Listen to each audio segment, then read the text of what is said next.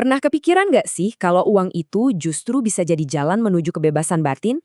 Kali ini kita bakal kupas hubungan yang mungkin nggak terduga antara punya harta dan punya hati yang bebas. Oke, langsung aja ke pertanyaan utamanya. Banyak orang mikir kalau mau melepaskan diri dari dunia, ya kita harus ninggalin semua materi. Tapi, apa benar sih untuk jadi spiritual itu kita harus miskin? Yuk kita bedah sama-sama. Pertama-tama, kita lihat dulu yuk pandangan yang udah umum banget soal kekayaan dan kebahagiaan.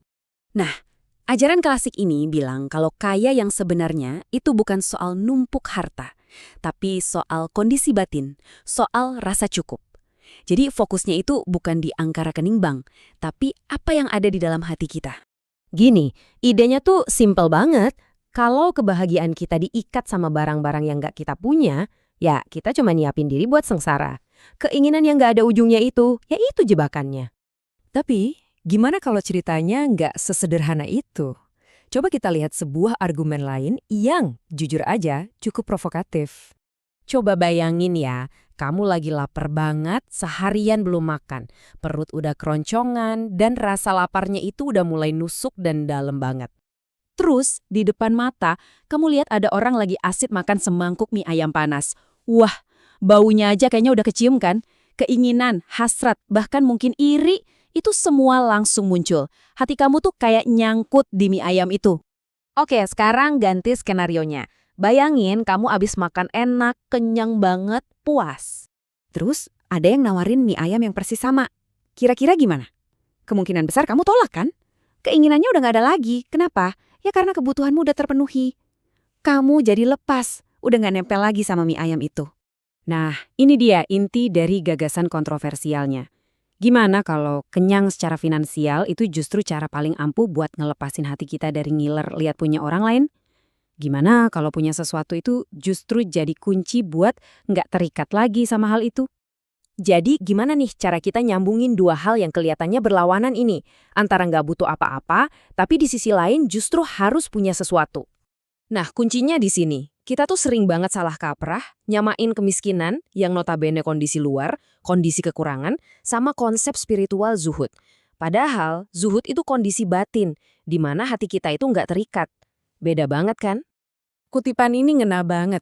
Pelepasan diri atau zuhud itu bukan soal saldo rekeningmu nol, tapi soal gimana reaksi hatimu pas saldo itu nambah atau sebaliknya pas saldo itu berkurang. Yang menarik, konsep ini tuh nggak cuma ada di tradisi Islam loh, tapi juga di filsafat Yunani kuno, kayak stoicisme. Dua-duanya nunjuk ke ide yang sama. Kebebasan sejati itu datangnya dari dalam. Ini bukan soal kita bisa ngontrol aset kita, tapi soal kita bisa ngontrol reaksi kita terhadap aset itu. Oke, kalau pelepasan diri itu urusan batin, terus gimana caranya kita nemuin rasa cukup versi kita sendiri di dunia yang kayaknya serba pengen ini? Nah, ulama besar Al-Ghazali ternyata menawarkan sebuah kerangka berpikir yang bisa bantu kita loh. Kerangka ini bantu kita misahin mana yang benar-benar butuh dan mana yang sekedar pengen untuk nentuin batasan cukup buat diri sendiri. Kerangka ini tuh kayak alat praktis buat kita ngaca. Ada level daruriyah, ini yang esensial banget buat hidup. Lalu hajiyah, ini level kenyamanan. Dan terakhir, tahsiniyah atau kemewahan. Nah, ini mendorong kita buat nanya ke diri sendiri. Sebenarnya, batas cukup buat saya itu di mana sih? Oke, sekarang kita coba tarik kesimpulannya ya. Jadi, perjuangan yang sebenarnya itu bukan soal pilihan antara jadi kaya atau tetap miskin. Bukan itu. Tapi tentang gimana kita jadi master atas keinginan kita sendiri, gimana kita bisa nentuin di mana garis cukup itu ada. Karena nafsu dan keinginan manusia itu kan bisa dibilang nggak ada habisnya. Makanya kita butuh batasan pribadi. Itulah kenapa kerangka kayak dari Al-Ghazali tadi itu jadi berharga banget. Itu alat bantu kita buat narik garis batas itu, biar kita nggak kejebak ngejar terus-terusan. Jadi, kami mau tinggalin satu pertanyaan buat kamu renungin, apa sih yang sebenarnya memperbudak kamu? Kekayaan yang kamu punya? Atau keinginanmu sendiri yang nggak ada batasnya?